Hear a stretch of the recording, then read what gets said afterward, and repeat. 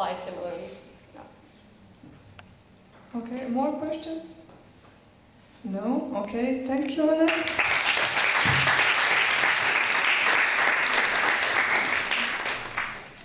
Okay, our last speaker of tonight's event is Nikola Vukovic from Montenegro. Currently, he is a third-year PhD student at the University of Cambridge, and his main interest concerns the relationship between the brain and the language in monolinguals and bilinguals. And some of the questions he's trying to answer include how is word meaning neurally represented, what is the functional relationship between language and other cognitive systems, and does speaking several languages change our brain in important ways. And to tackle these questions, he uses a range of behavioral and neuroimaging methods. So the title of his speech is Seeing Things and Hearing Voices, the Science of Meaning Making in the Brain. So let's hear more about it. Nikola? Wow.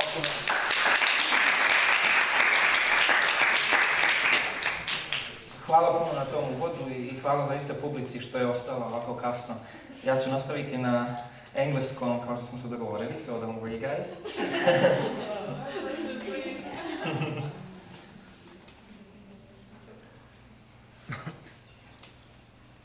Okay. So I've been asked to talk to you today about the neuroscience of language. But the thing is, even now, many of the details about the way our brain processes language is a mystery. So instead of presenting you with some kind of a grand theory, I'm just going to select a couple of the details which I find particularly interesting about this topic. Now, unfortunately, I've also been asked to make this really interesting. So I'm going to start first with a really cool magic trick. And then hopefully this will compensate for the rest of the talk. So what I did earlier today, I placed a picture on the following slide of this presentation. And what I want to do is telepathically implant that picture into your mind without actually showing it to you. And the only thing I'm going to use is the power of my brain. So I'm going to need your cooperation for this. If you can all just close your eyes now, even if you don't believe in magic, just close your eyes. But remain open to the possibility that I can do this. And with your eyes closed, I want you to just clear your thoughts, clear your brain of any extraneous thoughts, and I will attempt to transmit this image into your mind. Cat. Yeah, cat. You can open your eyes now. There we go. I did it. I managed to transmit an idea into your mind. And this is something we do every single day. Now, this is a really lame magic trick, you might think, but actually, I think it's quite impressive. The problem is that we take language for granted. I mean, what just happened? I produced some noise, and from the way these waves of air hitting your eardrums, and from the way this auditory information whizzed through a labyrinth in your brain, and from all of this storm of electrical activity that was caused by this, you knew that what I wanted you to think about was a small furry animal. I think that's quite impressive. I mean, I understand. It's easy to forget this, because language is so close to us. From the day we are born and every other day of our lives, we live and we breathe language. But I think our relationships and our social and cultural life also depend on language. Every great human achievement really depends on this linguistic capacity of ours. So in fact, I believe that this ability to communicate using complex signs, be they visual, verbal, or gestural, it is the one thing that separates us humans from anything else in the universe, really. Now, as we've seen before, the universe is really an amazing thing. And even last year's symposium was based on the topic of space. But really, I think that the most ambitious field of scientific inquiry is not the world outside of us, it's the world inside of us. And so this is my first point. We live and are constantly surrounded by language. And this reality, this linguistic reality, is as close to us as water is to a fish. But when does a fish know that it's inside water? How does it appreciate the relevance of this? Well, when you take it out of the water. And actually, some people have witnessed the horror of this analogy on their own skin. They have lost parts or even their whole linguistic capacity. Now, interestingly, these people are also the biggest contribution to our knowledge of how and where in the brain language is processed. So the two men on these slides are called Paul Broca and Carl Wernicke. They are very famous anatomists, and what they did is they looked for the very first time at types of language disorders and deficits which are caused by brain damage. We call these deficits aphasias, and the two big types really are Broca's aphasia and Wernicke's aphasia. So what I'm going to do is play to you two really small video clips of these conditions, and I want you to listen to them and just see if you can decode what's wrong with the language of these patients. So first you're going to see a woman. She's going to look at a picture and try to describe it to an experimenter. Try and see if you can identify what the problem is. In stool, is it a boy? Is it landing down?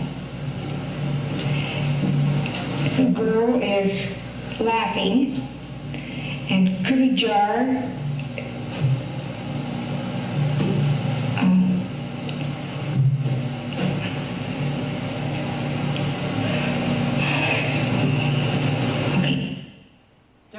So I hope you were able to see from this that the woman is perfectly able to look at the picture, understand it, and even retrieve individual words which are semantically relevant to this picture. She can say girl, boy, cookie jar, but she's really unable to form a full grammatical sentence. She can use small phrases, but she cannot form a full grammatical sentence. However, the things she's saying really are making sense. So now I'm going to contrast this with a different type of aphasia called Wernicke's aphasia. Try and compare it with this one. Well, it's pliable at the discovery. See, you don't understand it, but it flies in a long thread of reed comes from the air, and it comes soars from the country out through it. See, all the under seas comes up, and finally come out here and goes out. See, get it? Did you get it? I doubt it, because it didn't make much sense.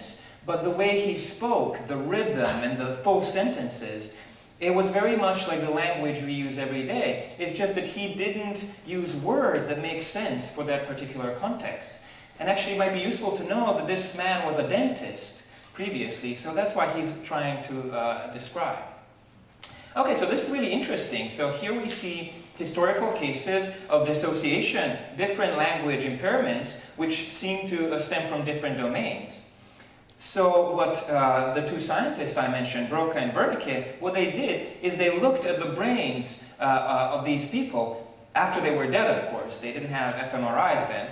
But this is what they saw.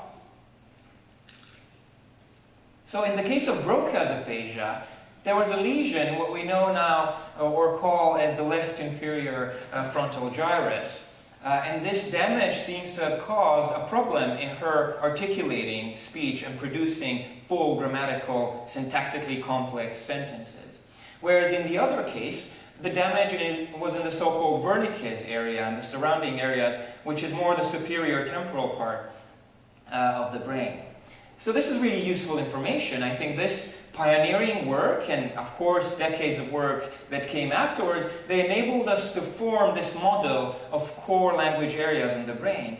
And really this is the machinery which enables us to understand words and produce sentences. And they're all around this region, which we call around the Sylvian fissure. So, okay, we know, or we at least have a good idea of where in the brain language is processed. But of course, knowing where is just one part of the equation. We also want to know how we achieve speech, and also how we achieve understanding. And I think this latter part is particularly important to me, because we all know that language has meaning to us. It has a certain semantics.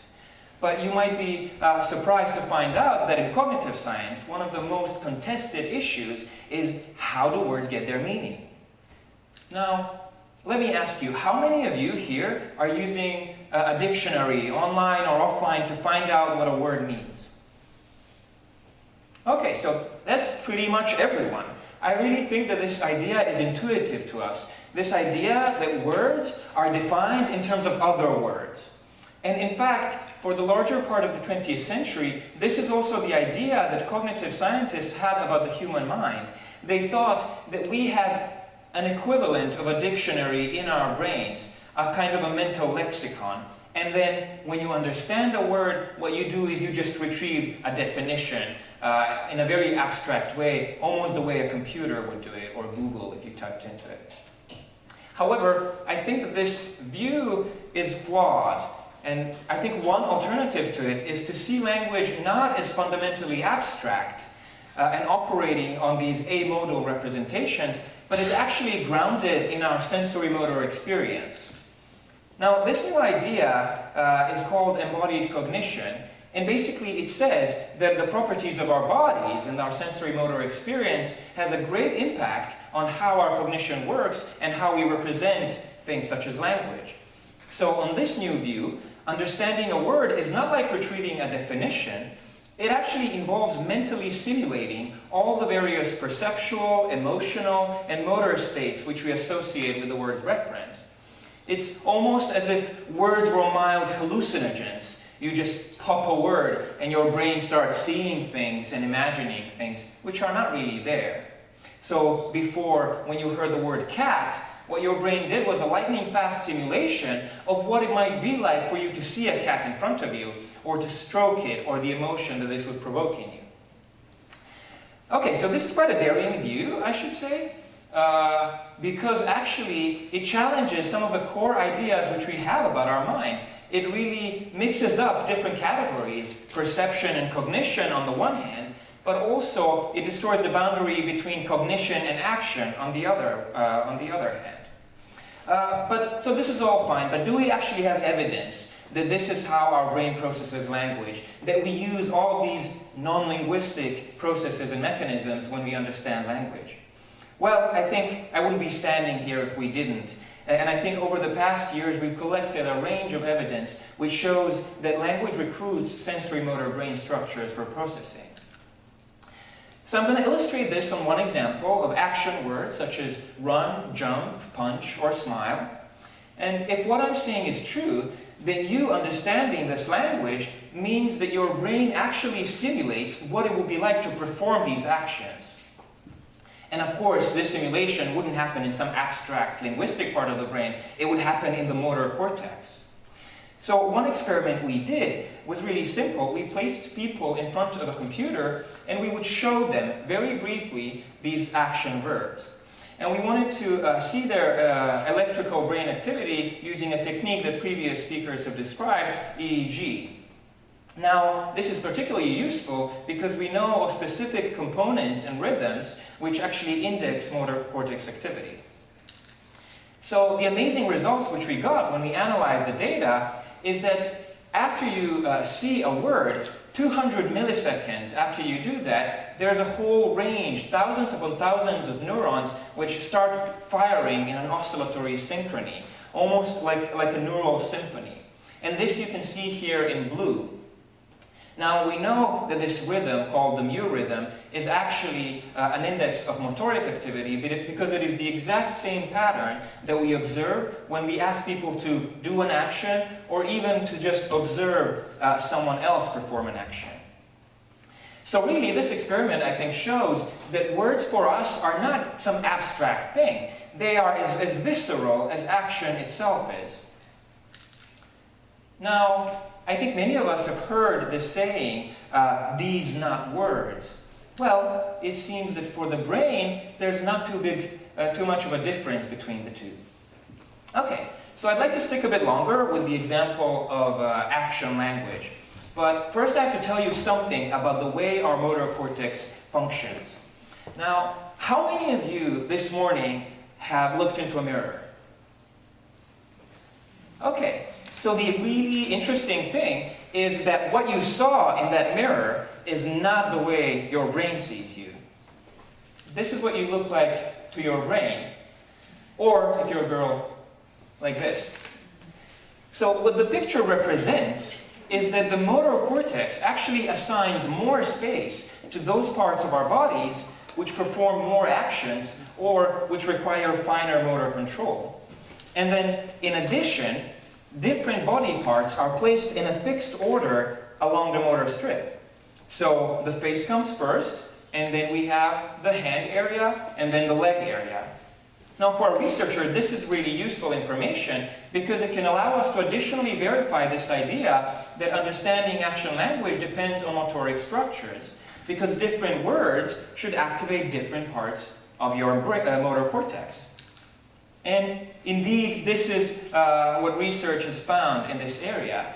So using fMRI, we had people, when we have people reading face words such as talk, kiss, or smile, the part of their motor cortex that lights up is the same part that controls your face movements. And then same for the hand word, write, tap, punch would activate the hand area, and something like jump or dance would activate the leg part of the motor strip. Now, at this point, you might be asking, is this something that just happens for motoric content, for action language? Now, I would claim that, in fact, embodied simulation is a more general mechanism which can explain something about how our conceptual faculty operates. So, as an example, our sense of taste is a big part of how we experience the world around us with our bodies. When we eat food, the perception of taste is processed in a specific part of the brain called the gustatory cortex. So this is, for example, how we know if something tastes sweet or sour. But what about words? How does the brain know what something like this means? On traditional accounts, it's difficult to say because they're purely definitional. However, it's certainly also not the case that you look at this and you say, gosh, that world has a lot of right angles in it, so it must refer to a spice. I think something else is happening there, and in fact, there's recent evidence which sheds some light on this issue. So in a simple study, participants were shown words related to taste, such as cinnamon or salt, alongside control words, such as boat or sofa, and throughout, their brain activity was recorded using fMRI. Now, interestingly, all of these words, they activated the same core language network which I described previously. However, the taste word specifically produced greater activation in those parts of the brain which we identify as the primary and secondary gustatory cortices, the very same area which we actually use when we eat things in real life. So these surprising results show that, much like with action words, we perform these simulations of perceptual properties. For the brain, it can literally taste certain words. So in the meanwhile, I think, researchers have expanded this pattern for a range of other senses and perceptual features such as vision, olfaction, etc.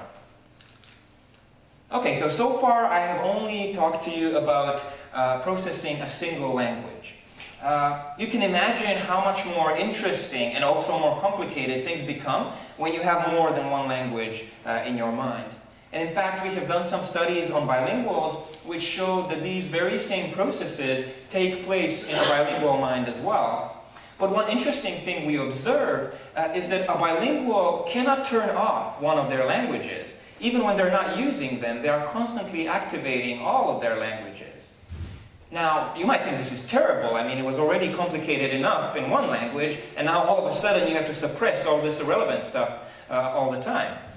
But in fact, it's really good brain training. And in fact, such great brain training that doing this for your whole life tends to increase the size of your brain in certain parts. And in addition, this training is so great that it confers on a bilingual person a range of cognitive benefits which are visible throughout the lifespan, and especially in old age. So for example, we've heard before what a terrible thing Alzheimer is, and is going to be as our society ages more and more. And of course, one thing that we can hope to do, but I guess wait for, is to inject stem cells into our brain and somehow try to manage this disease. But an interesting thing which researchers have found out is that bilinguals have a 5 years later onset of symptoms of Alzheimer's compared to monolinguals. So actually just speaking two languages and doing this very demanding cognitive control your whole life tends to increase your capacity to resist these negative symptoms. Okay, so I think my time is up now. So what I'm going to do is just repeat the point with which I started. It's difficult really for us to imagine what our lives would be without language. Everything we do, our personal and social lives, our culture, art, literature, technology, everything we do depends on us being able to communicate the way we do and think the way we do. But I think even though it's so central to us, or perhaps because of it, we oftentimes forget or disregard what an amazing and magnificent thing our linguistic capacity is. So I hope that this talk was able to at least transmit a tiny bit of information about how and where our brain processes language. But also I think a really important point, despite these graphics, the answer to this question is not going to come just from the brain alone. Our bodies are not just tools to get the brain from one place to another, they actually actively shape the form in which our cognition takes, and they end up influencing how we represent certain very abstract things, such as numbers or even words. Thank you.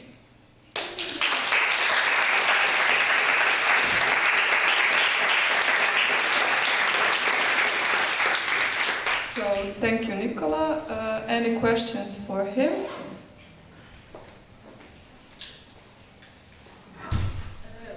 You said that our mind can taste words. So would you describe synesthesia as a disorder or just an example of very advanced brain? Would you say we can train our brain to actually see that? That's a really great question. And actually, I think that many of these kinds of disorders which we take note of are actually just amplifications of what's already happening in our brain. So for example, language is the prime example. Language, of course, is something that we think of as very abstract. You're using symbols to represent features of the world. But in a way, each word is a synesthetic glue which ties a whole range of senses, visual, olfactory, tactile, motor, into this nice convenient bundle that you can recall and even mention to other people and get them to have this almost synesthetic experience, but of course not at the high level in which you observe in actual synesthesia. Okay, I do have one question. So you mentioned, wow, I didn't know my voice is different than mine. So you mentioned bilinguals, right? Yeah. Have you considered people with two mother tongues, or just a person who speaks two languages which one of them is a mother tongue? And if so, what are the disparities, or maybe best to say nuances, between these two groups of people? Mm-hmm. Yeah, that's a really excellent question. So actually, in all my work, I haven't been looking at bilinguals who grow up with two languages their whole life. I'm actually looking at people like you and me, so people who can proficiently manipulate a second language. And in fact, if this theory is correct, it would predict that there is a difference in how you neurally represent these two languages. Because all of our experiences, the things you do in the world, when you use language, are going to be associatively connected and are going to end up influencing the representation which you end up with. But like we know in our education, the most that a typical L2 speaker, a second language speaker is going to get is just a translation. They're going to sit in a chair and someone's going to tell them that trčati equals run in English. So it's a very impoverished representation from something a native language speaker might get. They're running around, their mom says stop running, and they can immediately link these two aspects. And so in studies that actually we did, we have seen that people who are less proficient in their second language, we see less motoric activity for action verbs. And then if they're more proficient, we see something approaching more what a native speaker would have. Okay, thank you. More questions? I've always been curious about dreaming in another language. So when does this happen if you're very proficient in a language? And how can you tell? Because sometimes I just wake up and I'm not sure what language I was speaking in my dream. Right, okay, so this is not really a topic that I've worked on, so I don't really know the answer to that question. But I know that it shouldn't worry you, the fact that you're mixing up or jumping between languages, because usually it's a sign of proficiency. and it's called code switching in the literature. So you're literally jumping between two languages, even in the same sentence, but the grammar is still correct, but you're just using words from different languages.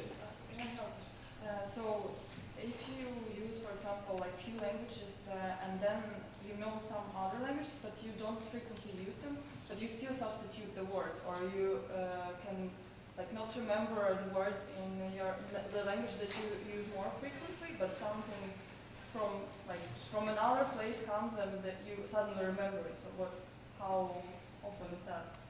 And is this a sign of proficiency in languages? The fact that you cannot remember certain words when you need them. It's that when you usually, let's say like 2-3 languages, and you frequently use 2 languages, and sometimes just a word from another language pops up. So I wouldn't call this like the proficiency in languages, but what is it then? I think it's really interesting because actually throughout the 20th century, the way people studied bilinguals is just 2 monolinguals stuffed into one brain. But in fact, what we find is that it's not the case, that the moment you acquire several languages, they begin interacting with each other. And so you get the situation where even your second language starts changing the way you process your first language, to an extent where perhaps if you're studying abroad, your second language might become more dominant in certain areas of your life. So for example, for me, sometimes I feel that my English, when I'm doing academic stuff, is my first language, even though it's not. But if I go home and then start talking in a different domain, yeah, I don't know if I've answered your question, but... No. Okay. So the reason why all of this happens, why sometimes you speak in one language and a word from a different language pops up in your mind, is because you cannot suppress it completely. So for example, we've done experiments with bilinguals, Dutch-English bilinguals, and you give them a sentence in English. They know it's an English context. They're even in England at the time, it has been for years. And I give them a sentence which contains the word pet.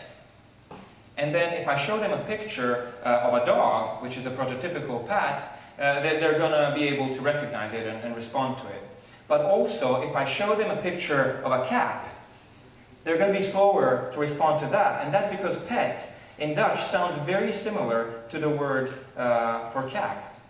And so that's why these words pop up all the time, because in a sense they share a similar surface form.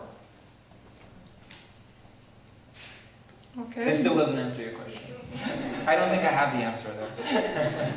I've attempted to come at it from different angles, but I have actually many questions, so I can... Perhaps later. Yeah. Anyone else? No. I think so. Okay, just this one. You showed us some great benefits for the bilingual people. Does it also increase if we speak more languages? Because I have noticed, maybe this is correct or not, that people who speak more languages, they more easily learn even more and more languages. So do you know anything about that? And do you know anything about difference of thinking between 2 languages? Because, for example, I studied math here, but everything else abroad, and I think that I cannot think so well math in English. I have the same experience. So I think most of the studies that I've read about and that are done in the literature usually just look at 2 languages, because also it's the easiest population to get. But I think it will be really interesting to see what happens if you have more of them. Of course, one huge problem which we have in this area is controlling for the various factors, because you really never get the same 2 bilinguals or trilinguals or multilinguals. All of their experiences, how they acquired it, how much exposure they had, how immersed the experience was, they all differ.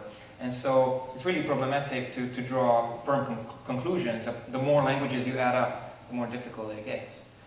I would like to know the answer to that question as well. I'd like to call Sanja Stjepanovic, the coordinator from OMSA, to join us. Also, Aleksandar Jacimovic to join us here. Alexandra, please join us. And also Radica from TEDx Podgorica, and of course Milena Milunovic from the Ministry of Science. And I will now ask you for a big applause for all of them for making this possible tonight. And I would also like to thank you for joining us. And that would be all. So goodbye, thank you.